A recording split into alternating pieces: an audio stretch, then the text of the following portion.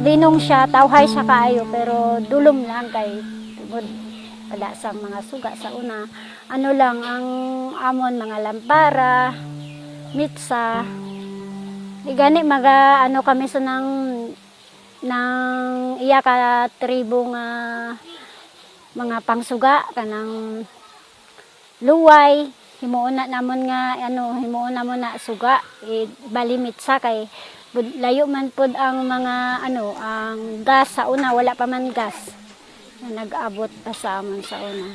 Layo man ang mga baklan. Maghimugid kami sang amon nga mga suga nga makuha sa palibot lang namin. Maliwanag pa, minsan may sikat pa ng araw tuwing hapon. Every household nakapag-prepare na ng pang-dinner. Kailangan maaga pa matulog kasi walang ilaw, walang magamit. Madaling araw, 4 a.m., ganun. Gising na yung mga matatanda namin at maggawa ng apoy.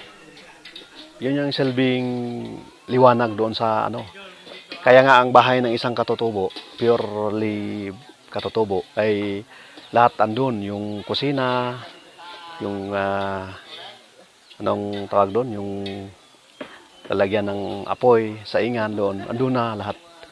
Kasi madaling araw yan, gagawa na ng apoy para gawing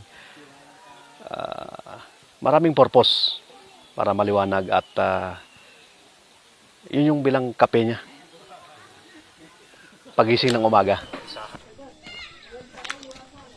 Tinatawag itong microgrid kasi ang meaning ng microgrid, parang may generator system na itong solar, then may transmission line na mini, then papunta sa mga household. And then one household is isang ilaw ang budget natin. 60 household yung target. Actually, as of now, nasa mga 30 household na tayo. Install natin yung dito sa generating system natin yung solar, then merong inverter at saka may mga batteries para whole day siya. May day at saka may night. Ang napaka-advantage juice nito sa mga ganitong area. Kasi ang problema talaga dito is ilaw. Pasalamat tayo sa LRC na nag-sponsor nito na may paggagamitan ng community.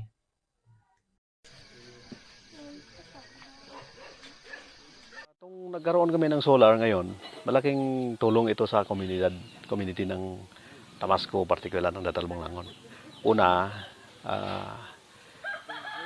doon sa mga kabataan na nag-aaral, mga module, ganon. At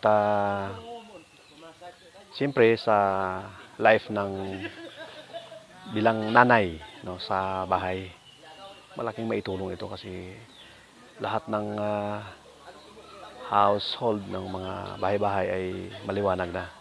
So, hindi kagaya noon na sakripisyo talaga yung mga mga bata na nag-aaral at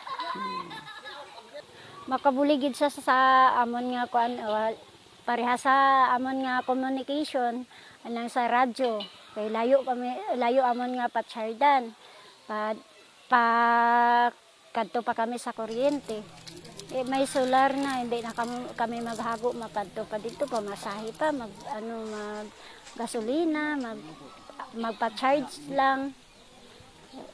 Dako gid mabulig sa amon, sir. Kag sa security namon dako gid mabulig nga makita mo ang imong nga palibot.